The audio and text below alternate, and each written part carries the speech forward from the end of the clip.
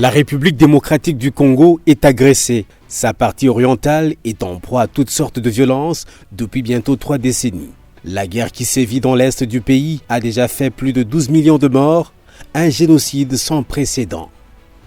Les richesses naturelles de la RDC attisent la convoitise des multinationales qui soutiennent le Rwanda, pays agresseur, via les terroristes du M23. La communauté internationale, quant à elle, se contente de dénoncer sans toutefois sanctionner les agresseurs de la RDC. Une attitude qui frise la complicité et dévoile la politique de 2 poids 2 mesures appliquée par cette dernière par rapport aux différents pays en conflit dans le monde. Le prétexte parfois avancé, c'est les FDLR, mais les FDLR de 1994-94 qui ont été à la base du génocide au Rwanda, ils sont à combien maintenant? Ils sont déjà vieux. Nous sommes à la 3e génération. Ils ne présentent pas de danger, de nocivité pour le Rwanda. Bon, on dit risque de génocide. Lorsqu'on regarde les M23, actuellement c'est les M23 soutenus par le Rwanda qui tue et massacre. On ne voit pas des populations dites rwandophones qui feraient l'objet de menaces. Mais surtout, il y a le fait que Kigali s'enrichit et se construit à partir du trafic de nos ressources naturelles. Sur terrain, l'état d'urgence a été décrété dans les provinces de l'Ituri et du Nord Kivu. Les forces armées de la République démocratique du Congo sont renforcées en troupes et équipées en matériel de guerre pour non seulement lutter contre l'activisme des groupes armés dans la région, mais aussi contre les troupes rwandaises présentes sur le territoire congolais. Plusieurs miliciens se sont rendus et le processus de leur désarmement, démobilisation, réinsertion et cantonnement en vue de leur réintégration dans la vie sociale se poursuit.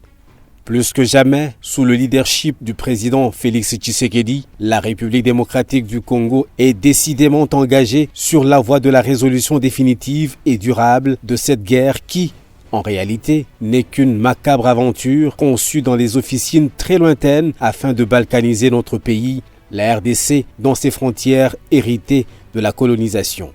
Avec l'avènement du président Félix Antoine Tshisekedi Tshilombo, on a finalement trouvé, c'est pas un interlocuteur, mais une oreille attentive. Une institution, parce que c'est la première institution du pays, qui a porté ce que nous nous portions comme des citoyens et qui ne peut pas avoir le même poids que quand c'est porté par une institution.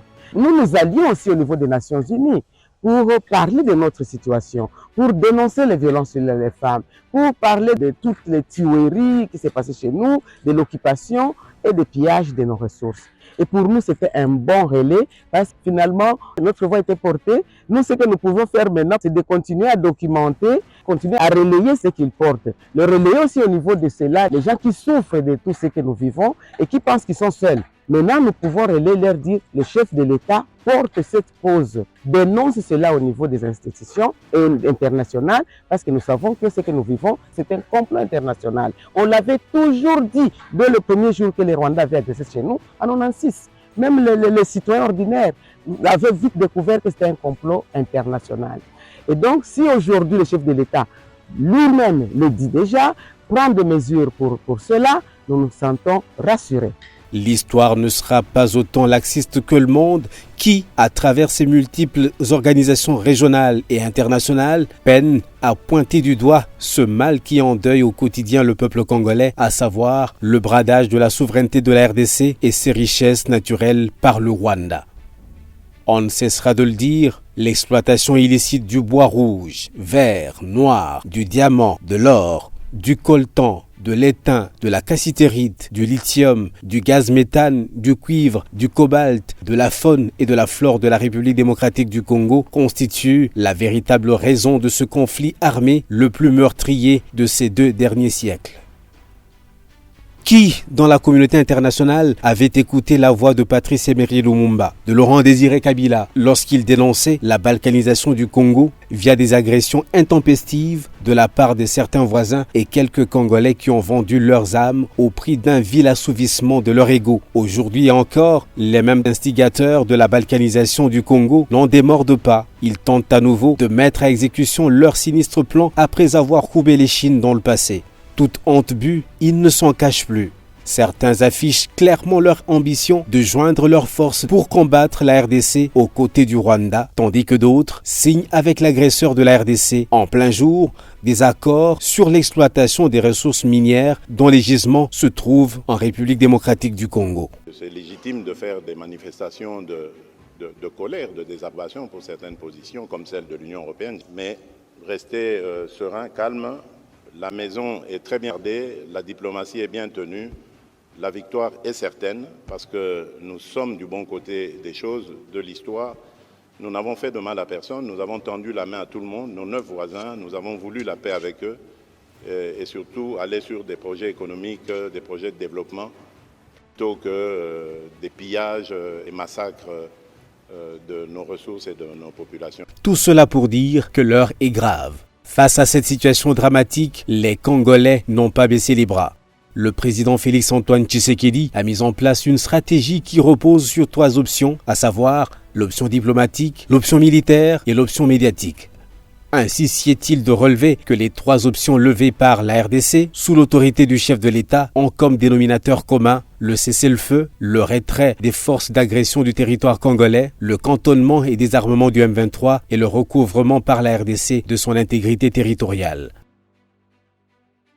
À l'actif du front diplomatique, il convient de mentionner la levée par le Conseil de sécurité de l'ONU de la mesure de notification sur l'achat des armes imposées à la RDC, la destruction des fausses thèses de Kigali sur la nécessité de son intervention en RDC, le resserrement de l'étau diplomatique international sur Kigali et ce, malgré ses nombreux parrains, la consolidation d'une dynamique régionale et sous-régionale engagée à mettre fin à l'insécurité dans la partie orientale de la RDC, le renforcement des liens bilatéraux et multilatéraux avec de nombreux pays et organisations de la sous-région et de la région, la désapprobation par l'Union africaine de la demande du Rwanda au Conseil de sécurité visant à obtenir la non-assistance des troupes de la SADC par les Nations Unies. Il faut aussi ajouter l'entrée de la RDC au Conseil de paix et de sécurité de l'Union africaine, ainsi que la détermination des pays de la SADC à faire intervenir leurs forces en vue de ramener la paix en RDC. Les mauvaises expériences du passé relatives au brassage et au mixage ayant facilité l'intégration des soldats étrangers au sein des FARDC pour les fragiliser de l'intérieur justifient le large soutien de la population congolaise à la fermeté du chef de l'État à ne point négocier avec les terroristes du M23. Si ceux qui nous ont fait cette guerre soutenue par le Rwanda sont des Congolais comme ils l'affirment, ils devraient normalement accepter de rentrer dans ce processus de désarmement, démobilisation et réinsertion et rentrer à la vie civile. Et là, j'aimerais faire une précision et le marteler comme il le faut. Il n'est pas question ici de dialogue politique avec ce groupe. Je le dis et je tiens à le préciser, il n'en sera jamais question. Sur le plan militaire, la loi sur la programmation militaire prévoit la rationalisation de la gestion des ressources humaines, la formation et l'entraînement des militaires, l'équipement, les infrastructures, les opérations ainsi que la production militaire. Notons aussi la viabilisation effective des plusieurs centres de formation militaire de Kamina, Kananga et Kitona. Dans cette veine, 40 000 soldats ont été recrutés, formés et l'État congolais n'a pas lésiné sur les moyens pour acheter des équipements militaires. Du point de vue médiatique, la guerre d'agression dont est victime la RDC a pris une autre tournure grâce notamment à une appropriation par la population congolaise. La forte mobilisation des Congolais à travers plusieurs manifestations tant à l'intérieur du pays qu'à l'étranger a poussé certains États à changer de position et condamner nos agresseurs.